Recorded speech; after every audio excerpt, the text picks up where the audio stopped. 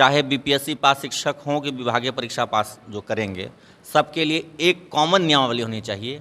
और जो राज्यकर्मियों को जो अन्य पे स्केल मिलता है और जो सुविधाएं मिलती हैं वो हम सबको मिलना चाहिए। है कि जो भी शिक्षक बीपीएससी पास करें या विभागीय परीक्षा पास करें, सबको नियमित शिक्षकों के समान लेवल 7, 8 और 9 का पे स्केल मिलना चाहिए। ये देखने वाली बात होगी कि आने वाले दिनों में जो वो नियमावली ला रही है उसमें किन किन चीज़ों को समाहित किया गया है और किन किन चीज़ों को छोड़ा गया है। जो हम लोगों का मौलिक मांग है, अगर उसको छोड़ा गया होगा तो हम लोग उसके लिए निश्चित रूप से सड़क से लेकर सदन तक आंदोलन करने के लिए बाध्य होंगे। नमस्कार, आप देख रहे हैं न्यूज़ फॉर नेशन में आपके साथ तबजीत सिंह। टीईटी शिक्षक संघ के द्वारा जो नई शिक्षक नियमावली लाया गया है, जिसको लेकर तो टीईटी शिक्षक संघ के नेता हैं अमित विक्रम और तमाम नियोजित शिक्षक हैं, वो आज बैठक के हैं। क्या कुछ बैठक में निर्णय लिए हम इनसे जानते हैं। आप लोग आज बैठक के हैं, क्या कुछ निर्णय लिए हैं? देखिए, निर्णय हमने स्पष्ट लिया है कि हमको 2 तरह की नियमावली स्वीकार नहीं है। चाहे बीपीएससी पास शिक्षक हों कि विभागीय परीक्षा पास जो करेंगे, सबके लिए एक कॉमन नियमावली होनी चाहिए। और जो राज्यकर्मियों को जो अन्य पे स्केल मिलता है और जो सुविधाएं मिलती हैं वो हम सबको मिलना चाहिए। जो पे स्केल इन्होंने बीपीएससी पास हो चाहे नियोजित शिक्षक जो राज्यकर्मी बनेंगे उनके लिए बनाया है, वो पे स्केल कहीं से भी किसी राज्यकर्मी को मिलने वाला पे स्केल नहीं है। पूर्व से जो नियमित शिक्षक बहाल हैं उनको लेवल 7, 8 और 9 का पे स्केल मिलता है। हमारी मांग है कि जो भी शिक्षक बीपीएससी पास करें या विभागीय परीक्षा पास करें, सबको नियमित शिक्षकों के समान लेवल 7, 8 और 9 का पे स्केल मिलना चाहिए।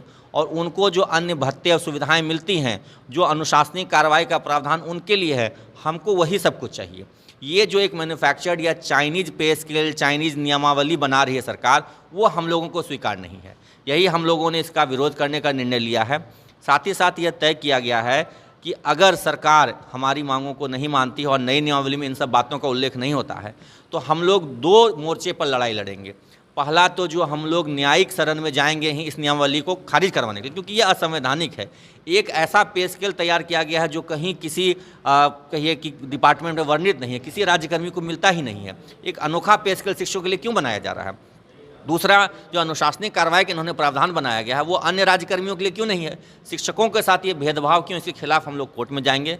साथ ही साथ जो 16 संगठनों का शिक्षक संघर्ष मोर्चा हमने बनाया था, उस मोर्चे के साथ मिल करके हम लोग अपने आंदोलन को आगे जारी रखेंगे। क्योंकि हमारी जो मूल लड़ाई थी वो राज्यकर्मी, सिर्फ शब्द राज्यकर्मी के नहीं थी, राज्यकर्मी के समान सुविधाएं, वेतन, भत्ते की भी थी।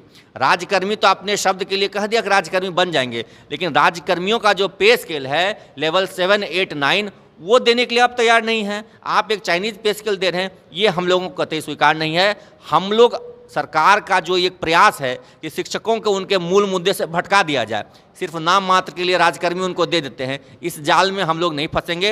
हमारी जो लड़ाई है राज्यकर्मी के समान वेतन, भत्ते, सुविधाएं, उन सब के लिए हमारा संघर्ष जारी रहेगा। हम लेवल 7, 8 और 9 का वेतन लेके रहेंगे। लेकिन लंबे समय से आप लोग राजकर्मी के दर्जा का मांग कर रहे थे, लेकिन अब तो सरकार मान गई है ना, अब नई नियमावली भी बना दी, अब आपको बिहार बोर्ड के द्वारा एग्जाम भी दिया जाएगा। देखिए, हम लोग एग्ज़ाम का स्वागत करते हैं कि एग्ज़ाम बहुत अच्छी चीज़ है। हम शिक्षक हैं, हम पढ़ाते हैं, एग्ज़ाम से हम नहीं डरते हैं। बीपीएससी में आपने देखा ना, हम लोगों ने, संघ ने बहिष्कार किया, इसके बावजूद 60,000 शिक्षक भरे और उसमें से 42,000, 44,000 पास कर गए। इतनी बड़ी संख्या में शिक्षकों ने पास किया कि अब सरकार को दिक्कत हो रही है। लेकिन विरोध इस बात का है कि राज्यकर्मी का मतलब क्या हुआ कि सिर्फ शब्द के लिए राज्यकर्मी कह दें, किसी को कह दें कि आपको हमने डीएम बना दिया, अब वेतन दें उसको चपरासी वाला, काम कराएं उसे डीएम वाला, वेतन दें चपरासी वाला, ये नहीं चलेगा। आप हमें राज्यकर्मी बना रहे हैं तो नियमित शिक्षकों के समान, वो भी राज्यकर्मी हैं, हम भी राज्यकर्मी हैं, तो जो वेतन उनको मिलता है, जो भत्ता उनको मिलता है, जो सुविधाएं उनको मिलती है, वही हमको चाहिए। और लेवल 7, 8, 9 यही वेतन तय है नियमित शिक्षकों के लिए और हमको भी यही चाहिए। क्या कहिएगा, आप लोग, सरकार भी मान गए आप लोगों को राज्यकर्मी का दर्जा देने के लिए? अभी तो जो जैसा सरकार ने ड्राफ्ट निकाला था उसमें हम लोगों ने संशोधन के लिए दिया है। अगर सरकार हमारी इन मांगों को, राज्यकर्मी शब्द के लिए लड़ाई हमारी नहीं थी, राज्यकर्मी के साथ साथ उसके बराबर के अन्य सुविधाओं की मांग थी हमारी।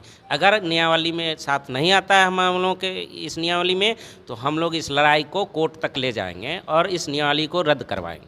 चलिए, क्या कहिएगा, अब तो सरकार मान गई है, आप लोग बैठक किए हैं। सरकार मान जरूर गई है, लेकिन कहीं ना कहीं कुछ पेचीदगी उत्पन्न करके रखी है। बहुत सारी विसंगतियां हैं जिसको दूर करने के लिए उस पर क्या हम लोग का कदम होगा, इसके लिए आज हम लोगों ने बैठक किया है।